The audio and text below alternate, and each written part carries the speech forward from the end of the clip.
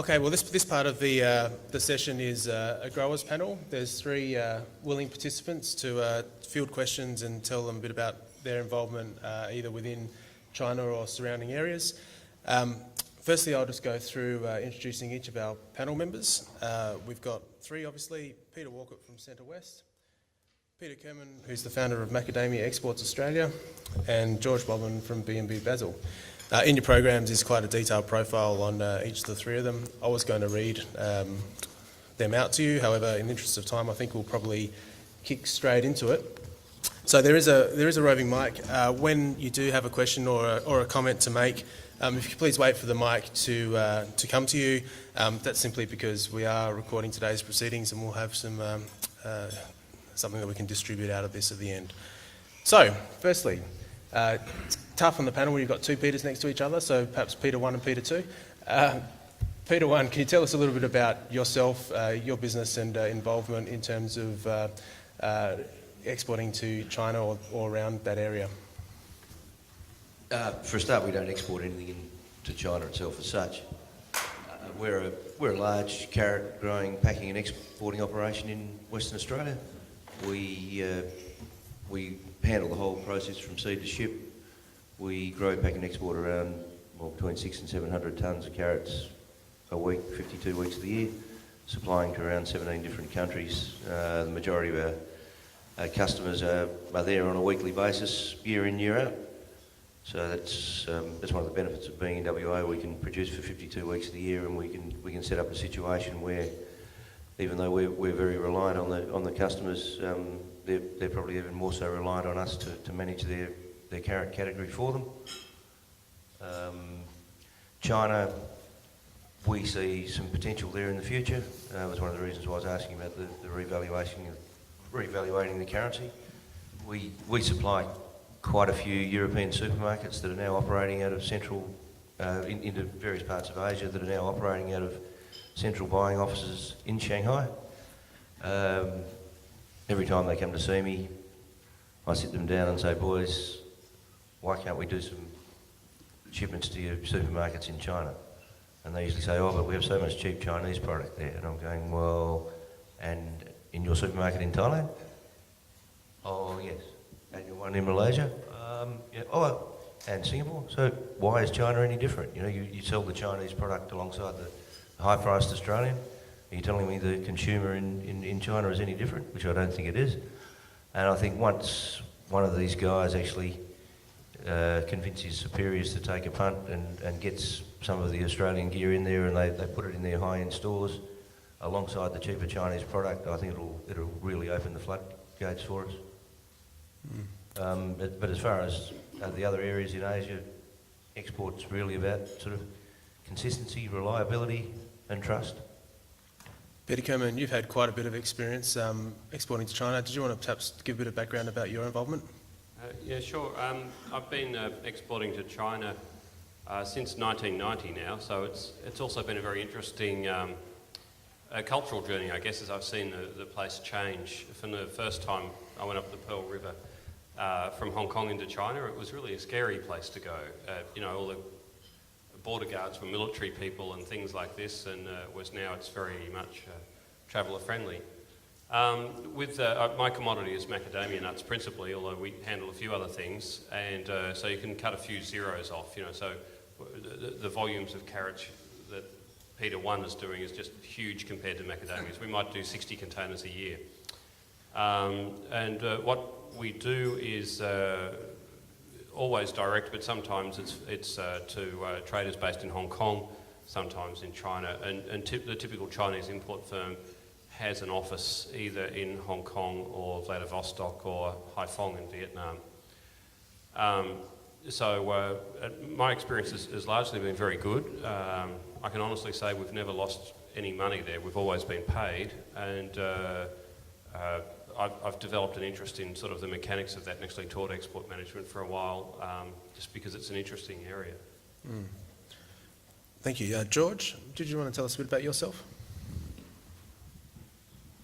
Yeah, my name's George Bobin. I, with my daughter Susie, run B&B Basil.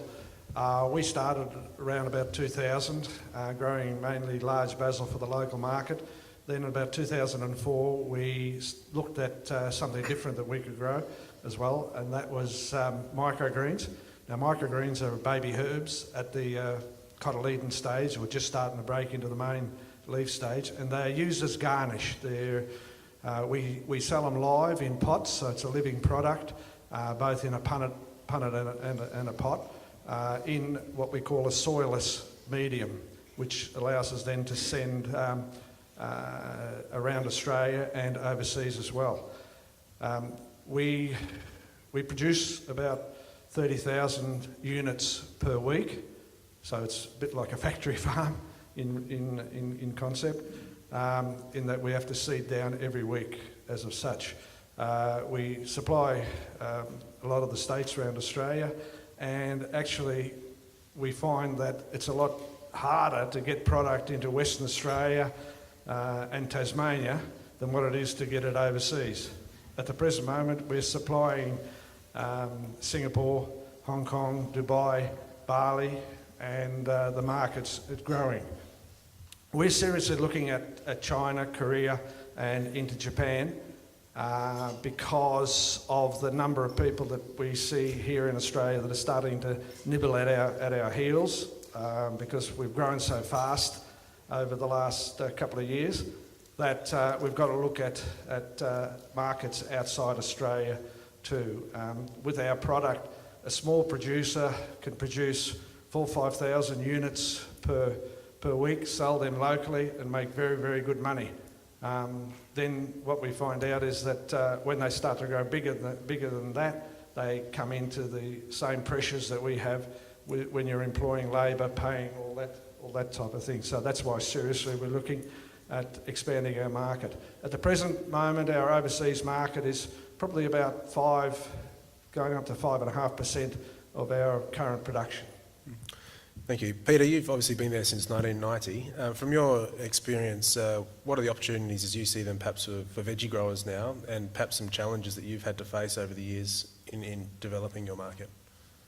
Listening to the presentation earlier from Professor Hans, can't quite get a pronunciation on the surname, but sorry about that. There was sort of daunting statistics there about the Chinese exports of vegetables and production of vegetables being likely to be a massive exporter. However, I would still be very optimistic if I was an Australian vegetable grower, because if you pull that category apart into niches, you'll find there's already some very good opportunities. And I'm also sort of reminded when I first started,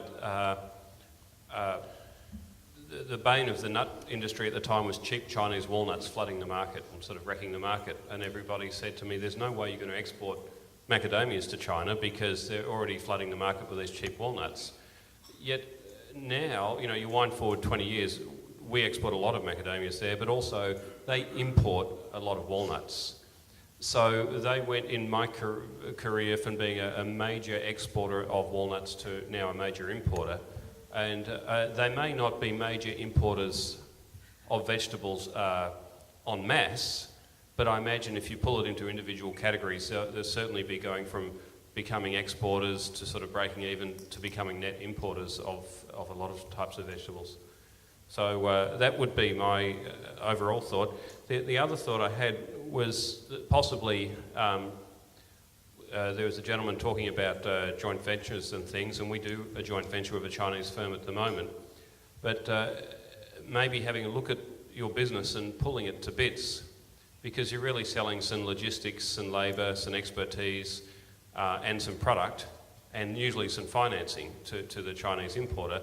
And if you really pull it to bits, you might find you're really strong in some of those areas, but not strong in others. And my advice would be to have an honest look at it, and then try to hammer the areas where you do have a comparative advantage. Thanks. Peter, obviously, that's Peter Wauchope, you export to 15 nations at the moment. What are some of the barriers perhaps that you see in the China market, and can you really make a buck out of it? Well, before we go to that, it's probably interesting to go into a little history lesson and look at what happened in Taiwan. If you go back into the 80s, we had a very big brassica industry in Western Australia, which was predominantly for exporting to Southeast Asia. And we used to only grow from March through to October with quite strong shipments, lots of 40-foot containers into Singapore and Malaysia. The reason why we only had that season was because from November through to the beginning of March, the Taiwanese product came onto the market, and it was in such volume and at such a price that we had to get out of the market altogether. Over a period of years, the Taiwanese market became less and less, and we extended to a year-round production situation. And then it was only a few years after that with the increasing urbanisation in Taiwan and more well-educated children coming back from university and saying, "Hey, Dad, I don't want to grow carrots or cauliflowers. I want to build a factory and wear a suit and make some money." That Taiwan itself became a year-round market for us for a large range of vegetable products. So we could see a similar thing happen with the maturation of the Chinese population and the market itself. And if it followed exactly the way Taiwan did, we wouldn't be able to grow enough vegetables in Australia to even think about supplying. Sorry, your other question was? Can you make a buck out of it? I wouldn't be sitting here if there wasn't a possibility of that. Very good. I don't think there'd be anybody here in this room. Bob, your experience and you're looking to obviously go into China as a market. Varieties, market consumer trends. Have you given any thought to that and what the opportunities you see perhaps are there? Yes, we're seriously looking at different varieties. We're always testing different varieties. Like I noticed on one of the slide there, amaranths. That is a variety that we grow to the baby leaf stage, but not through to the larger stage that's popular there. So we're looking at different cultures and what's happening. But what we're finding out, especially when we're entering a new market, that if we don't visit the market, I myself personally don't go and see the distributors of our product in the market, we get very, very little penetration. But as soon as I make the effort, get on a plane, go and see the people, and that's at the invitation of our freight consolidators that send our product overseas. You must remember our product is a very, very soft product. It has to be handled very, very carefully.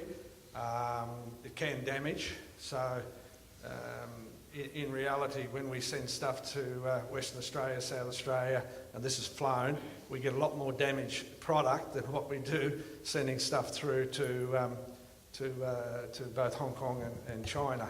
Mainly because the overseas countries, the Asian countries, everything is packed into cans and then goes straight onto your aircraft. And you can talk to the freight forwarders and ensure that their handlers handle it correctly. When I'm flying stuff around Australia, I can't be down on the tarmac going crook at that bloke that picked up a box of microhers and chucked it on the conveyor to go up into the airplane. So in reality, we're finding that our product goes over there quite easily. It's surprising. Our markets in China, in Singapore and Hong Kong, have both increased quite dramatically since I've been visiting, but also because of the quality of our product. And we are competing against big Danish companies that send containers loads of product into those two areas, and we're only sending pallets. But what we're finding out is that actually chefs are coming to our distributors and saying, we want B&B product. So I'm very, very happy with that. And that is because of our quality. I reckon if you're looking at the Asian countries, you've got to be very, very meticulous with the quality of your product, that it be top class, and then make sure that you try and maintain it. And if you have a problem, communicate. Tell them. To keep people informed as to what's happening. If they know, they'll go with you. That's what I find out. Peter Kermond, government regulation and logistics, two mutually exclusive things that often are linked. How's that gone for you over the years? Well, excuse me, sorry. You're correct. Usually government regulation and logistics don't go hand in hand. In our commodity, we've found also that government regulation's been, if you like, used almost in a political way with the use of phytosanitary certificates. When I started, it was Aquis, now it's DAF. You paid them some money, they inspected product, and you could do a certificate to say it's free of pest and disease. Now they'll only do it if the importing country demands it. It doesn't matter, you know, they just will not do it otherwise, even though it's full cost recovery. Actually finding the requirements is fairly easy, although, you know, the first shipment on a new commodity, everybody will give you advice and say, but you need to make your own inquiries. Even DAF will do that. They'll say, go on our website and there's a database that you look up, but it'll still have a disclaimer to say, but you need to make your own inquiries. And the idea that you could ring up the Chinese government and say, look, what's your current rules, is beyond me. So the first shipment is risky, but it quickly becomes routine. I've found the best advice is usually from the importer themselves, because if they're bringing in maybe a container of carrots for new and 10 containers from the States and whatever, they're pretty familiar with the rules. In terms of government policy, it hasn't really impacted on us much because we're such a small industry, so we tend to get left out of free trade agreements and things like that, unfortunately. I find free trade agreements to be a misnomer. I mean, they're trade agreements, but there's nothing free about it. You know, there's a new set of rules, basically. Currently, macadamias have a very high duty going into China and no duty going into Hong Kong. That probably relates a little bit to what Bob said about visiting your customers. Things like that are a little bit sensitive, and to be totally frank, you know, a lot of product moves between Vietnam, Russia, Hong Kong and China, and it's not always to the benefit of the Chinese Customs Department. So sometimes your customers will say, we like it packaged this way or that way, and they have some really good reason for that they're not going to be frank about. So you really do need to listen to your customers, and they might say, we want all of this in barrels or something. So God knows, you know, it might not be the best packaging from your point of view, but you really have to listen to them. So thanks. Very good. Well, I think rather than my voice getting monotonous, does anyone have any comments or questions from the floor? Perhaps if we just wait for the microphone. Perhaps explain your name and where you're from and question. Malcolm Otto from Elders Australia. A couple of questions to the panel. With regards to the three completely different businesses you deal with, do you value add in China or other countries, or do you do all the evaluating here in Australia to your product?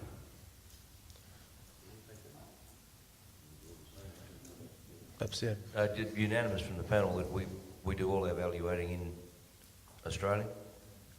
If we're selling to major importers or supermarkets in those areas, if there's further downstream processing to happen to the product, that's done after ownership's changed hands, and unlike our cattle, we don't tell them what to do with it. Perhaps any other comments? Thank you for that. We actually did some value subtracting where we used to sell processed kernel, and again, on Bob's advice, is very true. You just need to be in your customer's office and in their markets and in the supermarkets with them.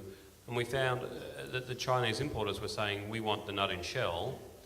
The Australian exporters were saying, no, value adding, because it was a real mantra at the time. And any export grants or whatever, or your banker, everybody wanted to hear value adding.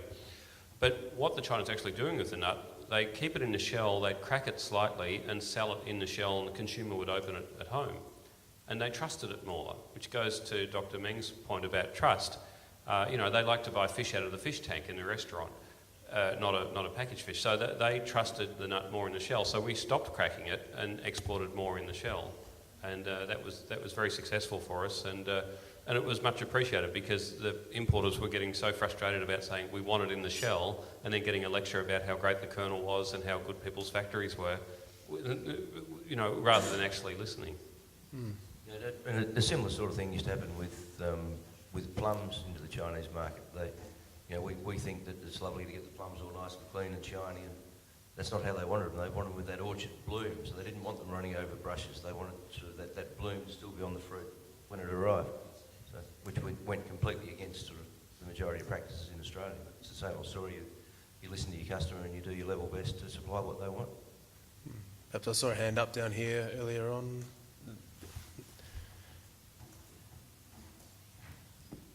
My name is Kees from Qualipack.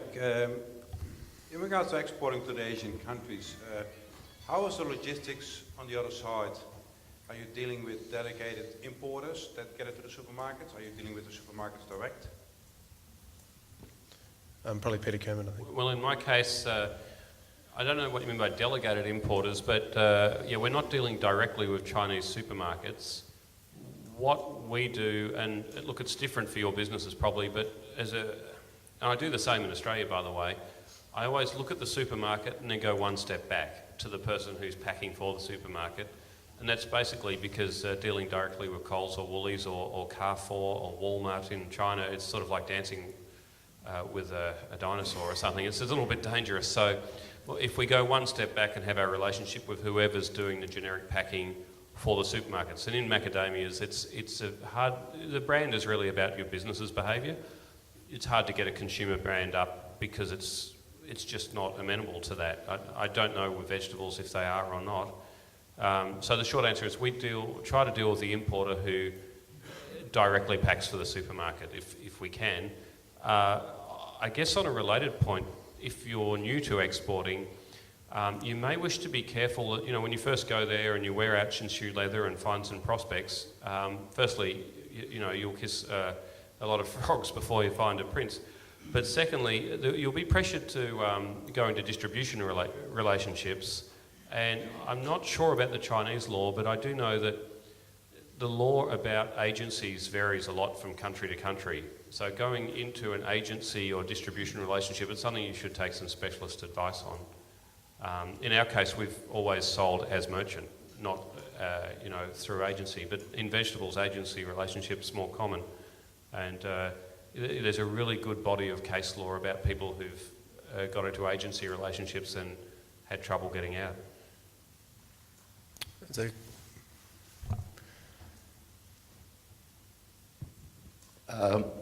This is more comment rather than Dr. Panel. Some of the questions you asked were quite interesting. My name is Rodney Wee. I'm a non-profit organization that does cold chain management. Actually, I'm a specialist.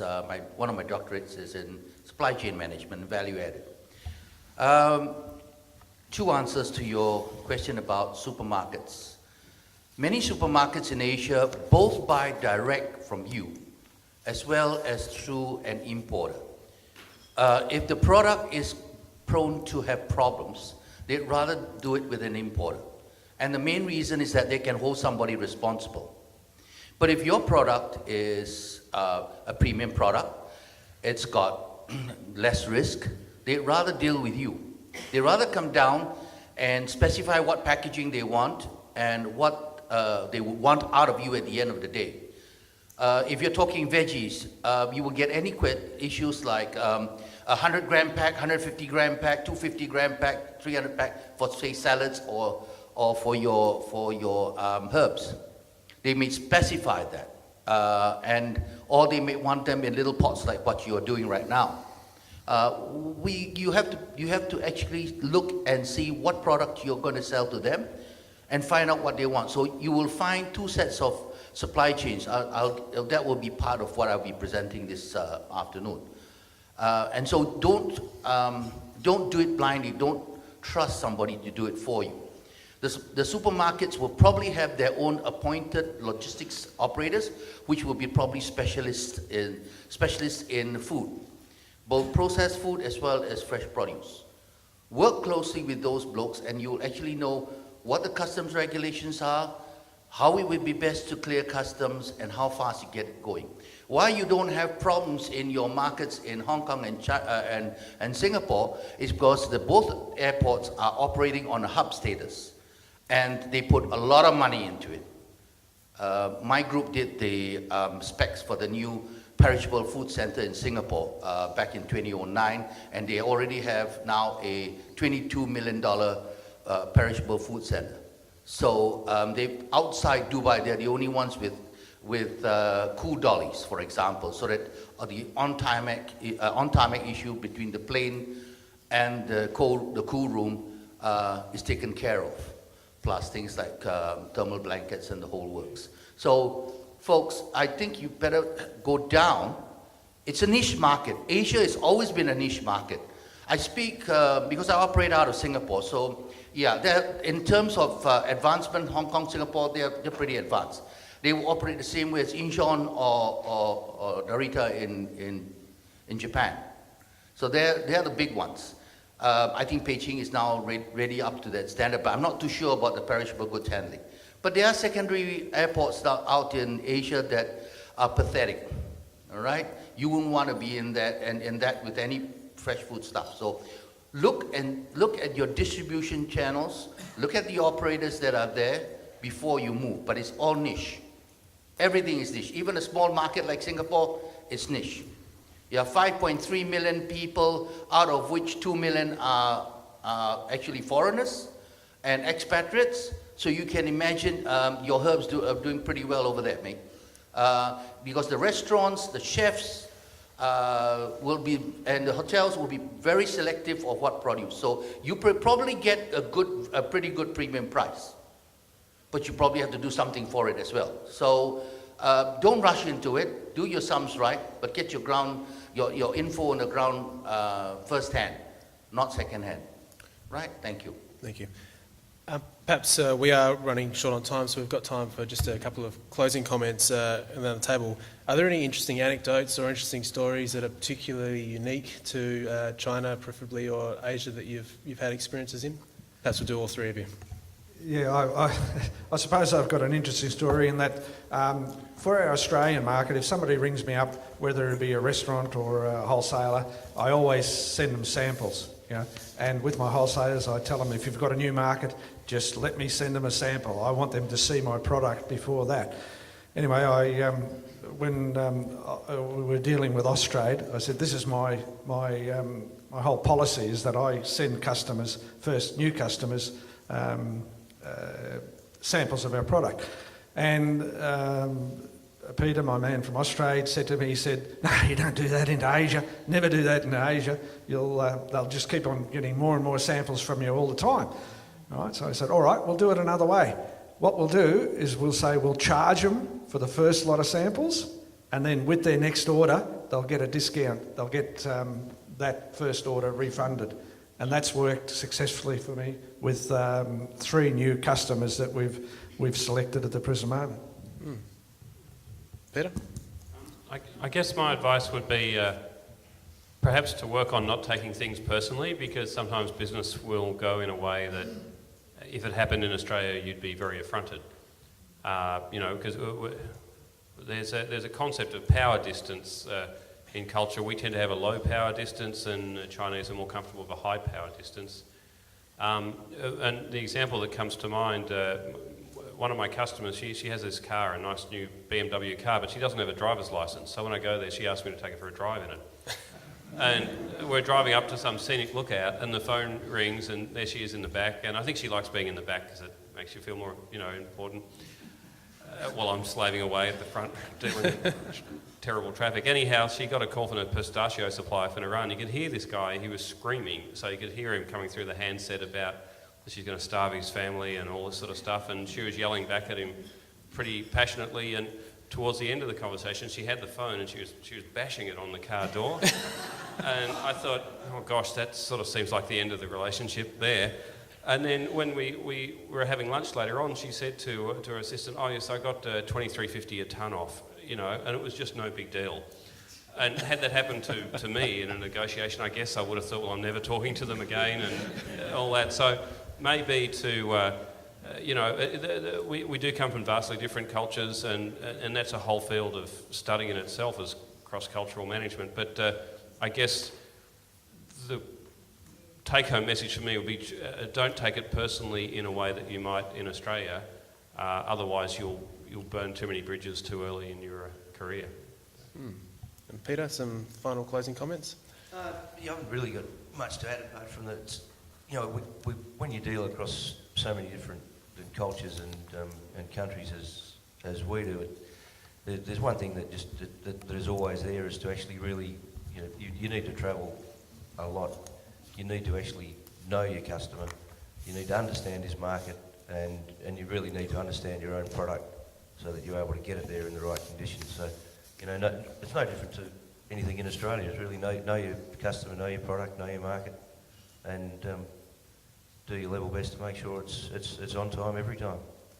Well, thank you very much. Look, you've both all been very gracious in your advice. Please put your hands together for the two Peters and George.